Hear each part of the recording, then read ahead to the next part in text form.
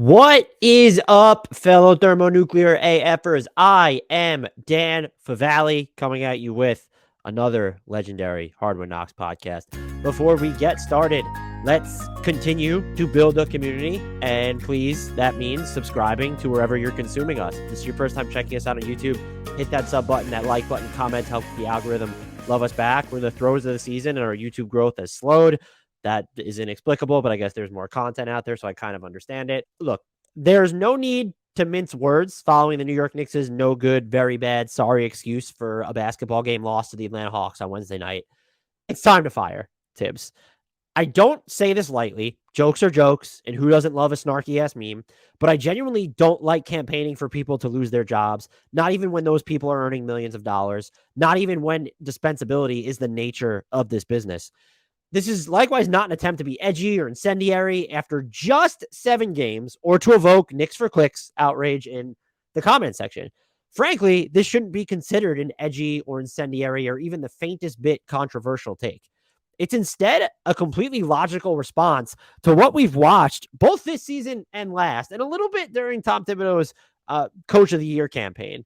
And not only is it logical, but right now, unless something dramatically changes, it's necessary. Falling to the Hawks on Wednesday, it's not everything, but it is the latest evidence amid a mind-melting amount of proof that the status quo isn't working.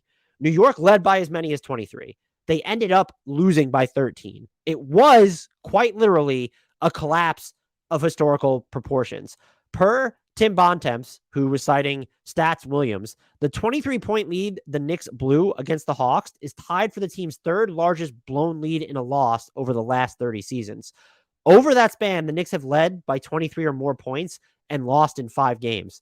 3 of those have come in the calendar year 2022. So this is an issue that predates just this season. I'm not basing anything I'm saying off of just 2022, 2023 alone.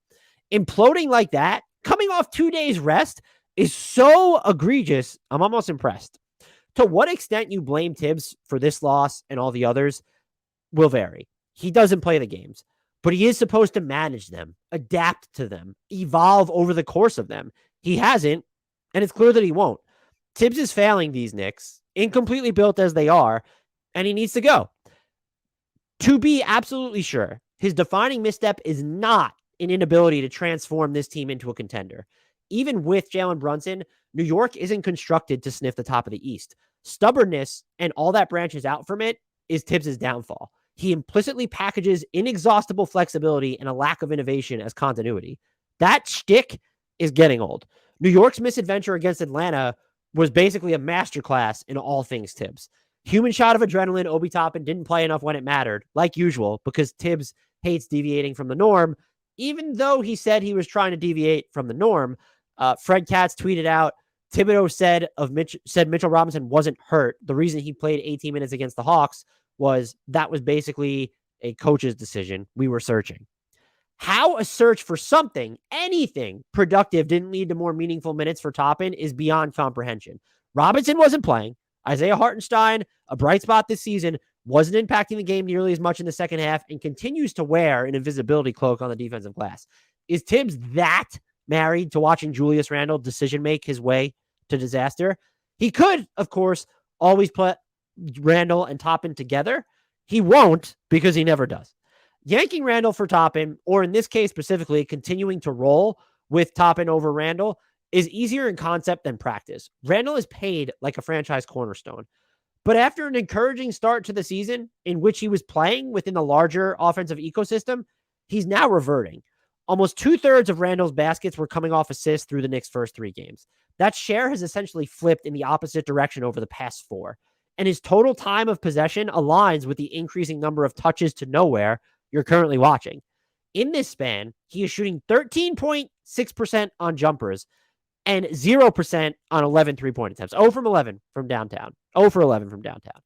Reining in Randle's minutes is far from egregious.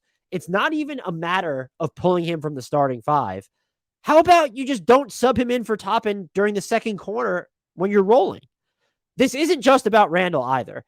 Tibbs also has a penchant for too much Evan Fournier, and that killed the Knicks on Wednesday night. Hat tip at IQ for 3 on Twitter. When Fournier exited the game in the first quarter, the Knicks were up 18-16. He returned in the second quarter. The Knicks had a 53-36 lead. So they're up by 17 at that point. When he exited the game again in the third quarter, the Hawks were up by 8. That's a 25-point swing, and it's a larger symptom of what we've seen happen time and again. This also coincides with the larger, long-standing loyalty Tibbs has to his starters. New York's opening five, Fournier, Randall, Robinson, RJ Barrett, and Brunson, ranks 5th among all lineups in total minutes. They're also getting outscored by 9.6 points per 100 possession, with below average offensive and defensive ratings, while downing just 32.3% of their triples. Starting fives might be more ceremonial than ever. It's not who starts, but who finishes has become a cliche. But who Tibbs starts informs who will play the most, and equally, if not more troubling, it also cements who spent an overwhelming amount of time together. Staggering Randall and Barrett specifically makes too much sense, especially when the two of them are combined 15 of 67 from deep, which for the folks at home with a calculator, that's 22.4%. They don't complement one another very well and never have. They're ball dominant scorers, both currently ensconced in, to put it kindly, shooting ruts. Naturally, then, more than 91% of RJ Barrett's possessions played this season have come alongside Randall. That is an inexplicably drastic uptick compared to last season, in which 74.4% of Barrett's possessions played came with Randall. Maybe it won't hold, but that's a troubling trend right now, to say the least. Maybe changing the starting five is too nuclear for Tibbs' taste. That's ridiculous. Let's make that clear. Let's also roll with it. At least consider using the players within it differently, staggering them differently. And speaking of player usage, Tibbs decided to bring Derrick Rose off the bench against the Hawks first, rather than his recently preferred choice of Emmanuel Quickley.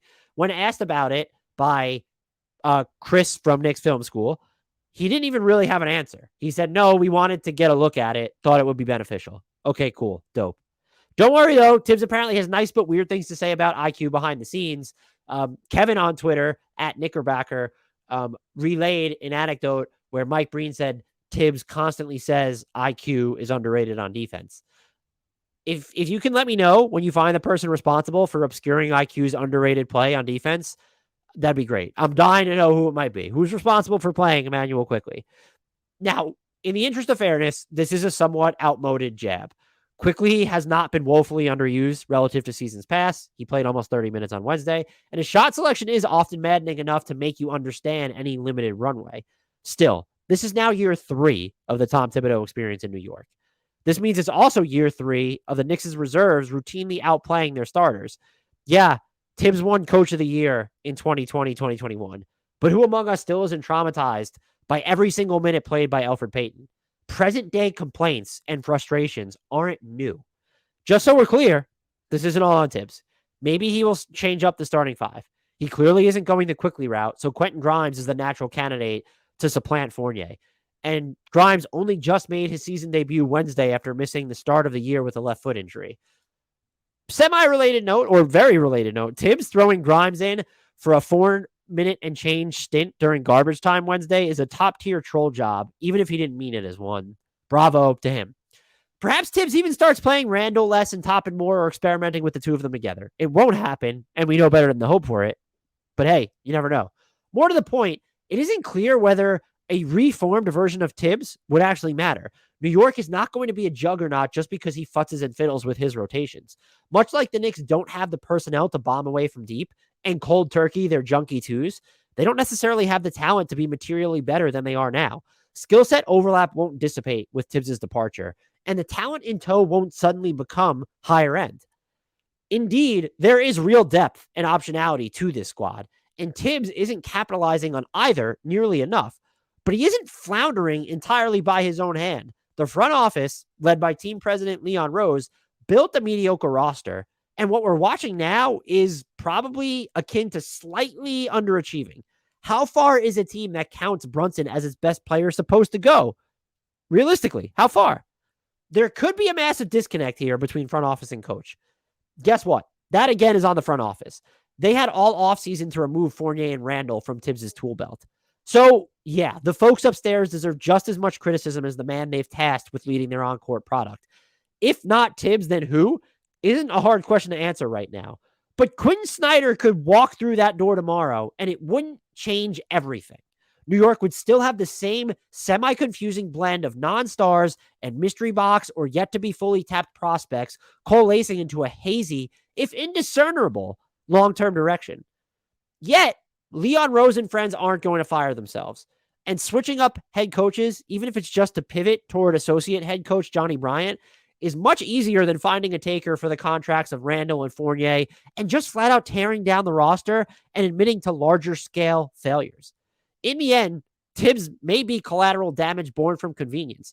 That doesn't excuse his role in where the Knicks are now, teetering on the edge of aimlessness, gradually inducing their fans to bookmark Tankathon and Victor Wembanyama highlights. He is complicit in hurting their direction. Someone who remains unwilling or incapable of coloring outside self-imposed narrow lines. And if these Knicks aren't, in fact, a crisis of optimization, then they're facing a harsher reality Tibbs is even less qualified to reconcile. The prioritization of youth and development for a roster that, as it turns out, maybe isn't built to be good after all. That's where I'm at with the Tibbs stuff. And you can say that it's not on him, so why should he get fired and what would it change? I can't really push back against that. I just think the lack of flexibility with these rotations, the best way to frame it is he's been given an imperfect hand and he's played that imperfect hand imperfectly. There are better ways to play this, and so that's what it would change.